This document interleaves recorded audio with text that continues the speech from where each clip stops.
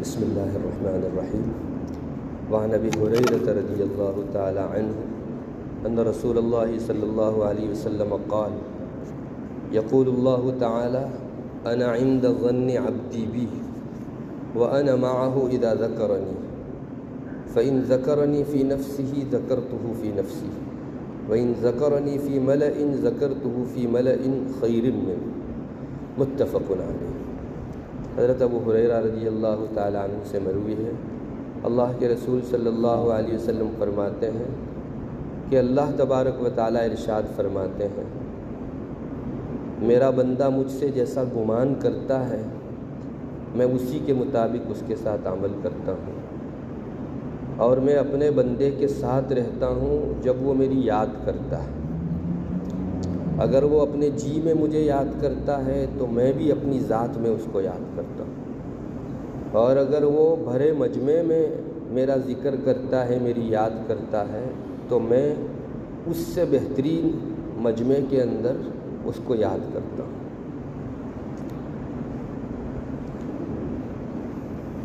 ایسی حدیث قدسی کہی جاتی ہے جس میں رسول اللہ صلی اللہ علیہ وسلم یہ فرمائیں کہ اللہ تعالیٰ نے فرمایا۔ ویسے تو رسول اللہ صلی اللہ علیہ وسلم کی جتنی بھی حدیثیں ہیں وہ سب بھی وحی ہیں، لیکن جس میں رسول اللہ صلی اللہ علیہ وسلم یہ فرمائیں کہ اللہ تعالیٰ نے فرمایا، وہ حدیث قدسی کہی جاتی ہے۔ یہ حدیث بھی حدیث قدسی ہے۔ اللہ تعالیٰ خود فرماتے ہیں کہ چند چیزیں اللہ تعالیٰ نے اس میں ارشاد فرمائی، میرا بندہ مجھ سے جیسا گمان کرتا ہے ویسا میں اس کے ساتھ معاملہ کرتا ہوں۔ یہ قدم پھسلنے کا موقع ہے، عام طور پر شیطان ایسے موقع سے بہت محنت کرتا ہے۔ چنانچہ کوئی واقعہ ہوتا ہے تو اس کا پوزیٹیو اور نیگیٹیو دونوں پہلو ہمارے ذہن میں ہونے چاہیے۔ شیطان نیگیٹیو پوائنٹ کو زیادہ زور دے کر ہمارے سامنے پیش کرتا ہے۔ جیسے ہم اللہ نہ کرے بیمار ہوئے تو ہونا یہ چاہیے کہ ہم کو اللہ کی ذات سے امید ہو، اللہ اچھا کر دے گا، لیکن شیطان یہ ڈالتا ہے کہ نہیں، بہت سے اس بیماری میں پھنسے ہیں اور چل بسے ہیں تو تمہارے لیے بھی پریشانی آ سکتی ہے۔ یہ نیگیٹو خیال ہے۔ اللہ فرماتا ہے بندہ میرے ساتھ جیسا گمان کرے گا میں معاملہ کروں گا۔ تو اگر ہمارے ذہن میں یہ خیال آتا ہے کہ میں نہیں اچھا ہوں گا، مجھے شفا نہیں ہوگی، تو اس کو اگنور کرنا چاہیے، اور مقابل میں یہ خیال لانا چاہیے نہیں اللہ تعالیٰ شافی ہیں، وہ اچھا فرما دیں گے۔ تو اللہ خود فرماتا ہے کہ میں اس کے ساتھ ویسا ہی معاملہ کروں گا جیسا اس نے میرے ساتھ خیال کیا۔ شفا کے خیال میں انشاءاللہ وہاں سے شفا ملے گی۔ تو یہ موقع شیطان کا ہے، اللہ تعالیٰ کے حوالے سے وہ بدگمانی لاتا ہے۔ مومنوں کے ساتھ بھی ہمیشہ اچھا گمان رکھنا چاہیے، جیسے اللہ کے ساتھ ہمارا اچھا گمان ہو۔ یہ بھی حدیث شریف میں آیا ہے، دو آدمی ادھر بات کر رہے ہوں تو شیطان ہمارے دل میں یہ بات ڈالتا ہے کہ یہ میرے ہی متعلق بات کر رہا ہے۔ یہ نیگیٹو خیال ہے، بلکہ مسلمان ہیں دونوں تو یہ خیال کرو نہیں یہ کوئی اچھی بات کر رہے ہیں، میری غیبت نہیں کر رہے ہیں۔ تو اس طرح کا خیال کریں گے تو مومن کے ساتھ اچھا گمان قائم کرنا ہوگا، اور اللہ اس سے خوش ہوتا ہے۔ اپنے ساتھ جیسے اچھے گمان سے اللہ خوش ہوتا ہے، ویسے مومنوں کے آپس میں حسن ظن سے، اچھے گمان سے بھی اللہ تبارک و تعالیٰ خوش ہوتے ہیں۔ ایک اور چیز اس میں ذکر کی گئی، وہ یہ اللہ فرماتا ہے کہ بندہ مجھے یاد کرتا ہے تو میں اس کے ساتھ رہتا ہوں۔ دنیا میں اس سے زیادہ بہترین کوئی حالت نہیں ہے کہ اللہ کی معیت کسی کو میسر ہو جائے۔ اگر اللہ کا ساتھ کسی کو میسر ہو تو اس سے زیادہ بے خوف کوئی نہیں ہے۔ دنیا میں ہر آدمی کو ڈر لگا رہتا ہے، دشمن کا ڈر، بیماری کا ڈر، فقیری کا ڈر، اور الگ الگ قسم کے ڈر، لیکن جب اللہ کی معیت ہو تو اس سے زیادہ بہترین حالت کوئی نہیں اور نیڈر آدمی کوئی نہیں۔ آپ کو معلوم ہونا چاہیے رسول اللہ صلی اللہ علیہ وسلم حضرت ابو بکر صدیق رضی اللہ تعالیٰ عنہ کے ساتھ غار میں جب چھپے تھے تو اس وقت دشمن بالکل غار کے اوپر آ گئے تھے، اور اب جب جھک لیتے تو آپ صلی اللہ علیہ وسلم بھی دکھائی پڑتے اور حضرت ابو بکر صدیق بھی۔ اس وقت حضرت ابو بکر صدیق رضی اللہ تعالیٰ عنہ کے صبر کا پیمانہ لبریز ہو گیا، حضرت اب تو انہوں نے دیکھ لیا اور ہم گئے۔ اس وقت رسول اللہ صلی اللہ علیہ وسلم نے جو چیز ارشاد فرمائی تھی وہ یہی تھی، لا تحزن ان اللہ معنا، کوئی فکر کی چیز نہیں ہے، اللہ ہمارے ساتھ ہے۔ اور وہ جو دھارس کی چیز تھی، ایک رسول کو ہمیشہ دل کے اندر یہ خیال رہتا ہے کہ اللہ میرے ساتھ ہے، اللہ میرے ساتھ ہے۔ بندے کو اپنی زندگی میں اگر یہ چیز میسر ہو جائے تو وہ بندہ جیتے جی آخرت کا باسی ہو جاتا ہے۔ ایسے چند اعمال ہیں جن کی بنیاد پر اللہ تعالیٰ کی معیت میسر ہوتی ہے۔ ان میں سے ایک چیز یہ جو یہاں ذکر کی گئی، بندہ مجھے یاد کرتا ہے تو میری معیت اس کو نصیب ہوتی ہے، یعنی اللہ کا ساتھ نصیب ہوتا ہے۔ ایک ہے احسان، ایک ہے تقویٰ۔ احسان یعنی خلوص، آپ نماز کے اندر صرف اور صرف اللہ کے لیے نماز پڑھیں، تلاوت کریں صرف اللہ کے لیے، اس کو احسان کہا جاتا ہے۔ احسان بہت وسیع مفہوم والا لفظ ہے، لیکن اس کو یوں ہماری اردو میں سمجھنا ہو تو ہم اخلاص کہہ سکتے ہیں۔ اسی طرح تقویٰ، جس کو تقویٰ اور احسان میسر ہو اللہ تعالیٰ اس کو اپنا ساتھ دیتا ہے۔ قرآن مجید میں ہے ان اللہ مع الذین اتقوا والذین هم محسنون۔ اللہ تبارک و تعالی ہمیں یہ چیز عطا فرماوے، اور یہ چیز حاصل کرنے کی ضرورت ہے۔ زندگی کی جتنی گھڑیوں میں اللہ کا ساتھ آپ لے سکیں لیجئے، تاکہ معاشرے میں اور لوگوں کے مقابل آپ اللہ سے زیادہ قریب ہوں۔ پھر اللہ تعالیٰ فرماتے ہیں بندہ جی میں مجھ کو یاد کرتا ہے تو میں بھی اس کو اپنی ذات میں یاد کرتا ہوں، اور بندہ مجھ کو بھرے مجمع میں یاد کرتا ہے تو میں یہ جو مجمع ہے اس سے زیادہ بہترین مجمع یعنی معصوم مخلوق یعنی فرشتوں کے درمیان میں اس کو یاد کرتا ہوں۔ یہاں دو قسم کے ذکر کا تذکرہ آیا ہے، ایک ذکر تو مجمع میں جو کیا جائے، اسی سے ہمارے بڑے لوگوں نے دلیل پکڑی ہے کہ مجمع کے اندر بھی اللہ کا اجتماعی ذکر ہو سکتا ہے، چونکہ یہاں آیا کہ مجمع میں یہ تبھی ہوگا جب کہ سارے لوگ جمع ہوں گے۔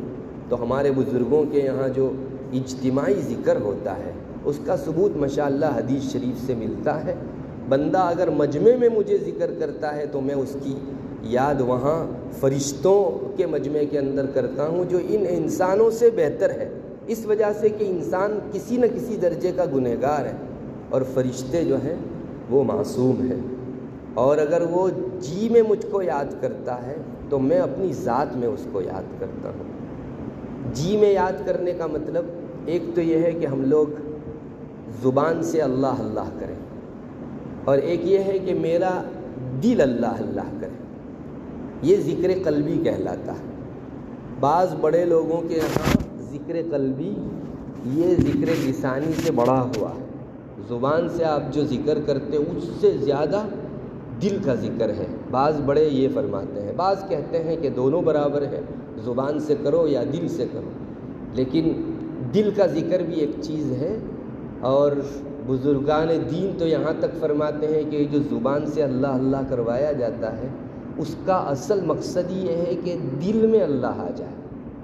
پھر آپ زبان سے نہیں بھی بولیں گے، چل رہے ہوں گے، پھر رہے ہوں گے، تو بھی دل میں اللہ مجھے دیکھ رہا ہے، اللہ مجھے دیکھ رہا ہے، یہ استحضار آ جائے گا۔ اسی کو ذکر قلبی کہتے ہیں۔ اللہ دل کے اندر موجود رہے، چاہے زبان پر اللہ اللہ نہ آ رہا ہو اس وقت، تب بھی یہ آدمی ذاکر ہے، ذکر کرنے والا ہے۔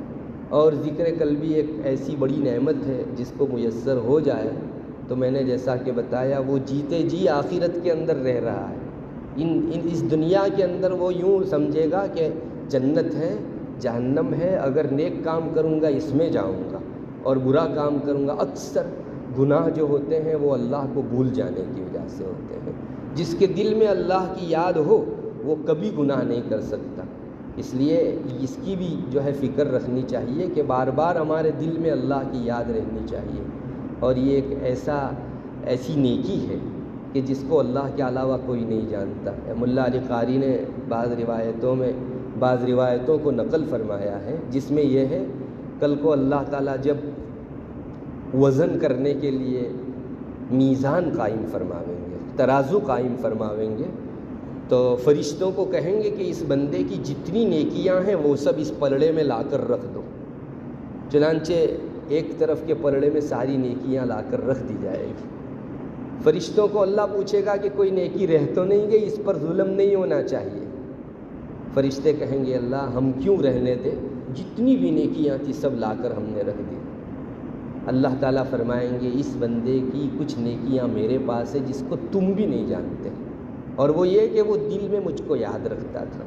اب دل پر جو خیال گزرتا ہے وہ علیم بذات الصدور، ایک ہی ذات جانتی ہے۔ فرشتوں کو بھی غیب کی باتوں کا پتہ نہیں، اور یہ غیب کی چیز ہے۔ میرے دل میں جو خیال آتا ہے وہ نہ شیطان جان سکتا ہے اور نہ فرشتے جان سکتے ہیں۔ تو فرشتوں کو دل کی یاد کا پتہ نہیں، اس لیے انہوں نے اس کا تذکرہ اعمال نامے میں نہیں کیا۔ اللہ فرماوے گا کہ مجھے معلوم ہے کہ یہ بندہ دل میں مجھ کو یاد کرتا تھا، چنانچہ اللہ تعالیٰ کی طرف سے وہ نیکیاں اس میں رکھی جائے گی اور اس کا نیکی کا پلڑا جو ہے وہ بھاری ہو جائے گا۔ اس سے معلوم ہوا کہ ہم لوگوں کو اللہ کی یاد دل میں بھی بسانی چاہیے۔ گھر میں تھوڑی دیر بیٹھے ہوں تو بس دھیان کرو اس بات کا کہ میں ہوں اور اللہ ہے۔ اس کو مشاہدہ رب کہتے ہیں، اور یہی بہت مشکل ہے۔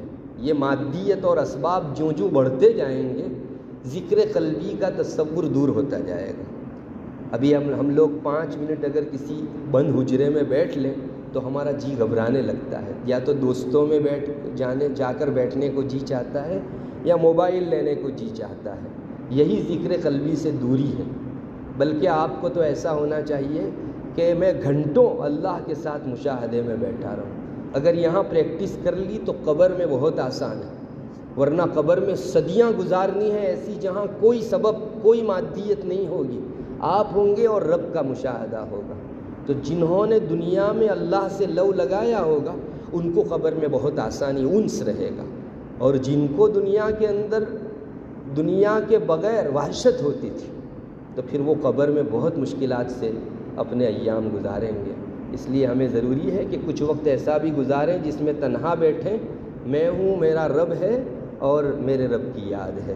اس کو کہتے ہیں جی کا ذکر، قلب کا ذکر۔